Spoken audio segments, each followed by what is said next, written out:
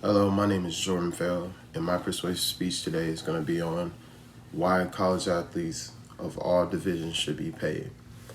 And this is a tricky topic to talk about and persuade people on because I get this into this argument with a lot of non-athletes and older adults, and they say, "Why should y'all be paid if y'all are getting an education?"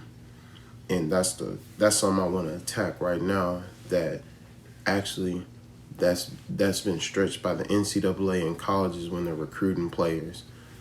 The fact of the matter is, why do schools have GPA requirements, SAT requirements, and certain course hours that you have to have in order to register for the school to get accepted into the school? It's because there's certain grants, certain scholarships that the school passes out, and basically, with you being a athlete, you get put at the top of the list and you get more increased on it because you are bringing more revenue into the school.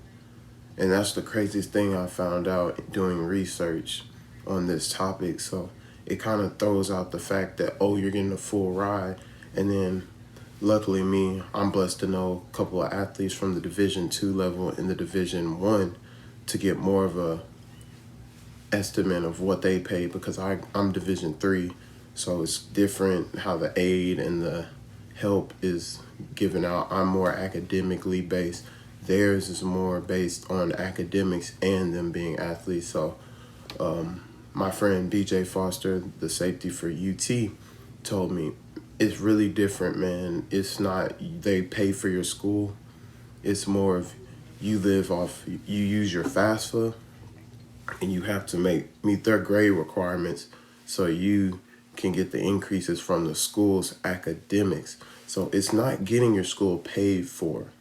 You still have to make grades. So in a way, they're on an academic based scholarship too.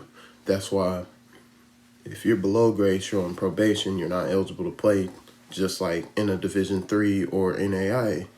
And that's my biggest problem with the NCAA.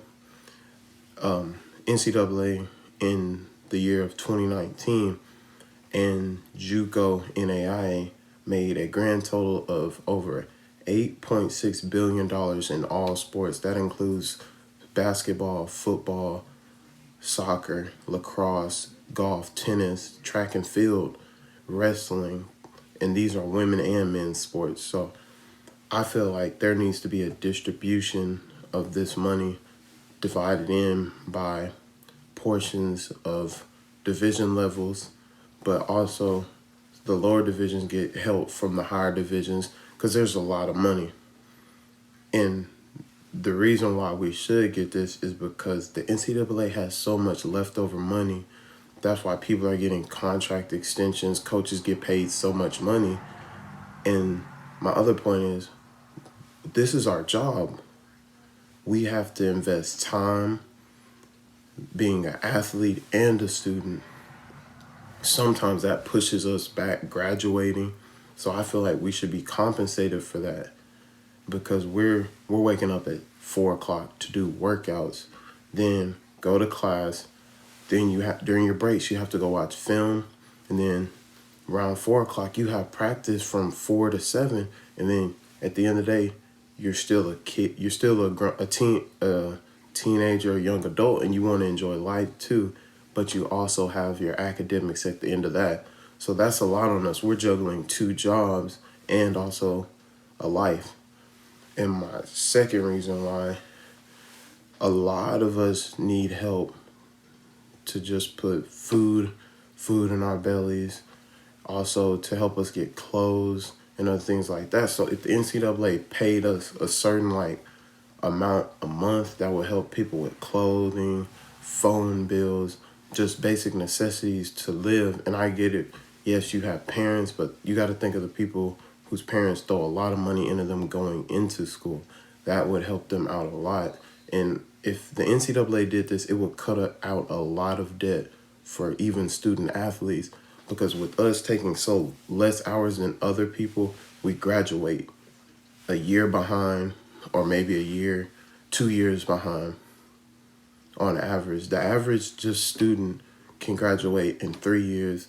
On average, most college athletes who don't take summer, winter classes, they graduate in 3 years.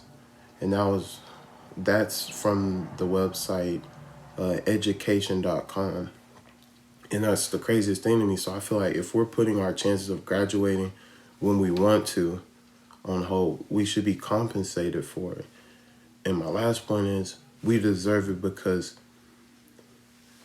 we're putting our bodies on the line to put people in the stands and fund the school, not just off of tuition, off of attendance. People come out to games and buy stuff from concession stands and other things like that. And the NCAA gets a large portion of it. And I don't believe it's right because even at Division I, I thought this was just at D3s that we have to use our insurance to cover our injuries. Even at a D1, your insurance has to cover it. The school just funds your rehab and recovery, which is at a D3 too. Even at a JUCO, they do the same thing. So I'm saying we're putting our bodies on the line and we're not even getting, even if we get hurt, we have to pay for that out of our pockets. So I believe the NCAA needs to sit down and really evaluate, because that's why a lot of kids, for example, in the basketball and baseball route and even soccer, are just going straight pro or going to overseas because they rather not waste them making money on them and using good years of their years in playing the sport to go to college and just be basically getting profited off of and not getting anything in return. And I'm not disrespecting that, and education is the most powerful thing, but the NCAA has so much leftover money, it could help a lot of students. And my biggest takeaway from this is the NCAA has so many tight requirements to where even at the D3 level, because it's different at different levels, but you can't get outside money from certain people. Your coach can't supply you with something because that's breaking NCAA rules. But if the NCAA used that extra money that they have just to compensate the athletes and also help them, but I understand what would the money be used for at the end of the day. Is the money being used that's already the NCAA has used for the right purposes? I don't think so. So I believe us athletes deserve to be compensated, and it's not going to be easy doing by. I believe if we divide the money up each year, get an average estimate of what the D3 brings in, the D2 brings in, the D1 in football, just separate it in that season span. Take out 25% of it and then divide it by the schools. I get it. Some certain schools bring in more revenue, but this is a step that's going to help all of us. And once it gets a consistent flow, this will also increase more attendance at certain schools.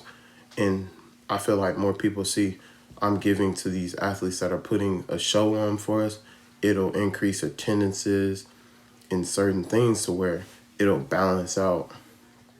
And that's my biggest point on why college athletes should be paid, because personally, I have to work delivering pizzas to support my tuition and just my basic necessities to live in college. So I believe if the NCAA did help us with a certain higher stipend checks and expand that out to D3s and NAIAs, this would help us out a lot, because then you wouldn't have players doing things under the table and then getting caught and getting suspended.